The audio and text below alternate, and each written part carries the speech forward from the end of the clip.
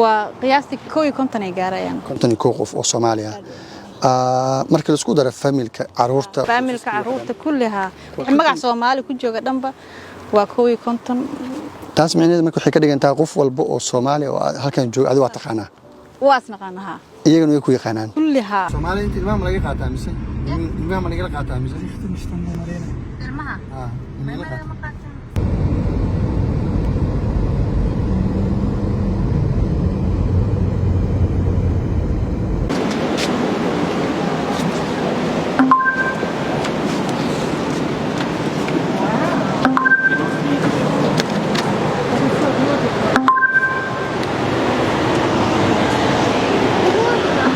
halkan waa dal ka mid ah dalalka qaaradda Yurub waxa lagu magacaabaa Liechtenstein markaan kaaga sheekeeyo Soomaalida ku nool waa 51 qof oo Soomaali oo kaliya marka si loo eega degmooyinka gobolka Banaadir degmo ka tirsan ayaa dhul ahaan ka weyn laakiin dhaqaale ahaan caafimaad ahaan dal ahaan waxa uu ka diyaarsan yahay dalal badan oo ku yaala qaaradda Yurub waxaan ku tusi doonaa maanta marka sheekooyin badan oo ku saabsan dalkan marka si loo eego bariga wuxuu ku yaalaa dalka Switzerland si kale marka wuxuu dirs leeyahay dalka Austria dadka halkan ku nool hadii aad wadada ugu horimaadid hadii aad la hadashid way kula hadli doonaan haddaadan la hadlinna kulama hadli doonaan waxa halkan kula kulmi doonaa marka gabar Soomaaliyeed oo lagu magacaabo Qadro ma jira hal qof oo Soomaali ah oo dalkan jooga oo haysta sharciga weyn tusaale baasaboorka weyn oo qofka inuu noqdo muwaadin u dhashay dalka ka dhigi karo baasaboorka dalkan marka waxa lagu qaadanaa 30 sano tusaale 30 sano marka qofku uu ku qaadan karo baasaboorka dalkan wuxuu ku imaan karaa imise sano ayuu ku imaan karaa hadii konton iyo qof oo Soomaali joogtana waa sidee noloshooda magacayga waa Qadro Shire Maxamed waxaan deganaa wadanka Liechtenstein waxaan soo galay dhamaadkii 2009kii wadankan ay wax ku bartay waxaan ahay gabar ka shaqeysa arrimaha bulshada xafiiskan wuxuu u furan yahay Soomaalida degan bariga Switzerland ee wadanka Liechtenstein soo dhaw Qadro oo ku faraxsanahay waxaan joogaa dal dadkiisu ay yar yihiin cimiladiisu ay marba dhinac noqonayso si lamida buurihiisa afarta gees ee buuro mataqaan ay yihiin nolosha meeshan bal ka waran bal nolosha meeshan walaalkay yani horta sida dhanka hawada waa marba waasi yani roobda ay maanta xirkada isbedelaysa kuleel saaid oo la bixi kar noqonaysa marba waasi dhanka noloshana kulay way waxay ku jirtaa Soomaalida halkan ku nool waa imis qof waa qiyaastii kooyi kontonay gaarayaan konton qof oo Soomaaliya marka la isku daro familka caruurta qoysaskii wax dhan kuwa konton Soomaali ku jooga dhanba waa kooyi konton taas micnaheedu marka waxay ka dhigantaa qof walba oo Soomaali oo halkan jooga adiga waa taqaanaa waasnaqanaha iyaguna way ku yaqaanaan kullaha dad yar oo isna yaqaanaan maca ku dar wadan gobolka yar oo nagu dhagan oo la yiraahdo Sadgaalan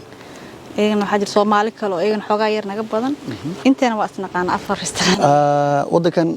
waxa kale lagu magacaabaa dhagaxii cadda dabcan Liechtenstein macnaheedu waa dhagaxii cadda ama dhagaxii nuuray ifay alashan cimiladan iyo waxay ka wadaan buurahan sidana dabcan buurahooda ka wadaan dhagax qofka Soomaaliga halkan joogo ee ugu horeeyay halkan imaaday goormo imaaday ma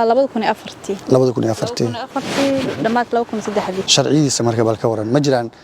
dad sharciyadu Yurubtu way kala duwan tahay dabcan wadamada qaar waxa lagu qaataa 5 sano dhalashada si lamida wadamada qaarna Scandinavian oo kala qayb kamida 8 sano gaaraan dabcan Sweden oo kale marka la dhaho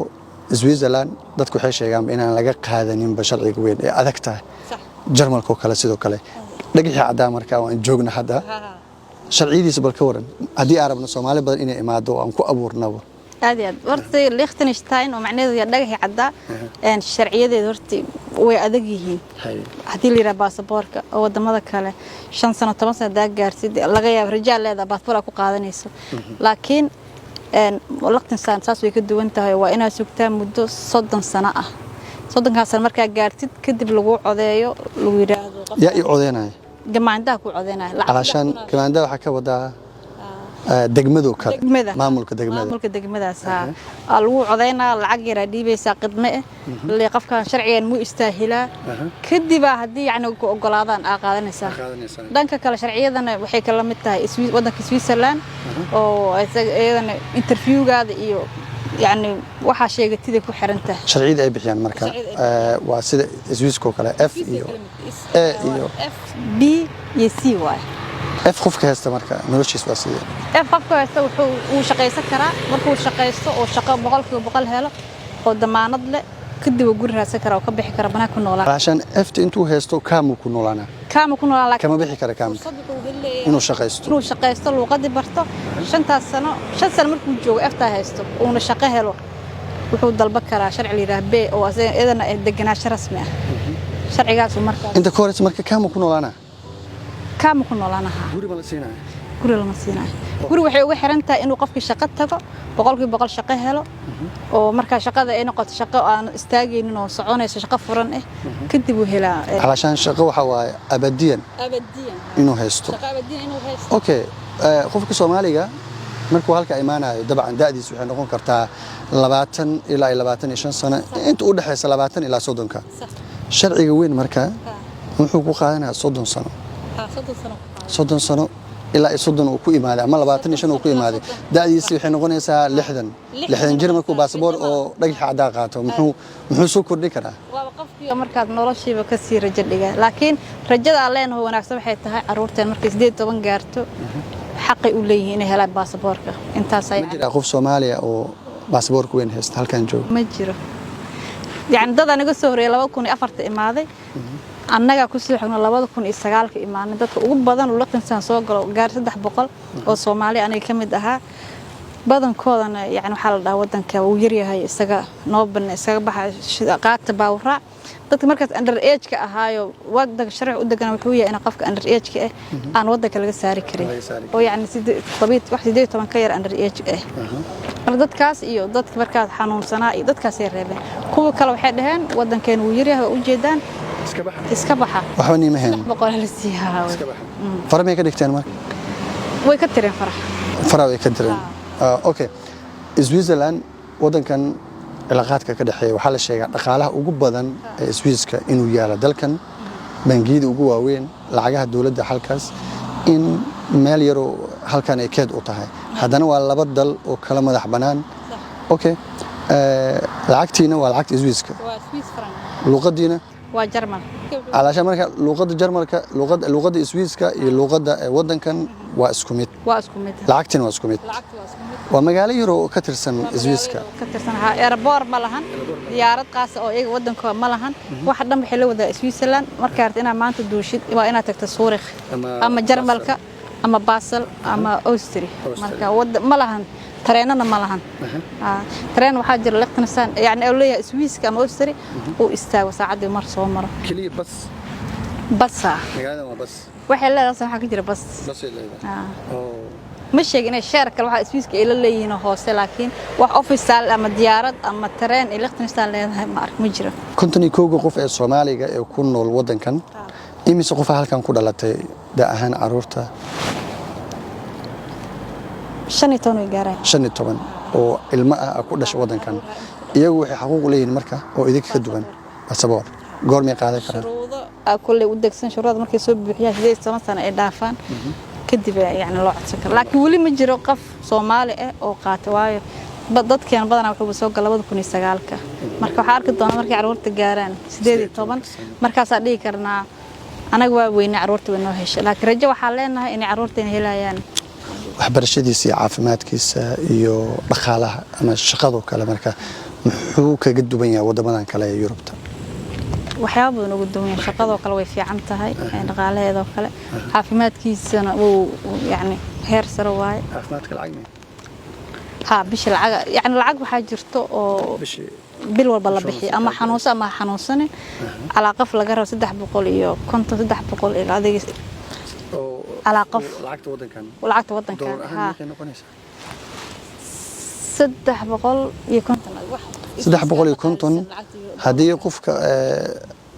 حنوسنين يعدو حنوصدبه وبحنا طبعا لو سنه 3 سنه waxa bixinaysa lacag noocaas oo kale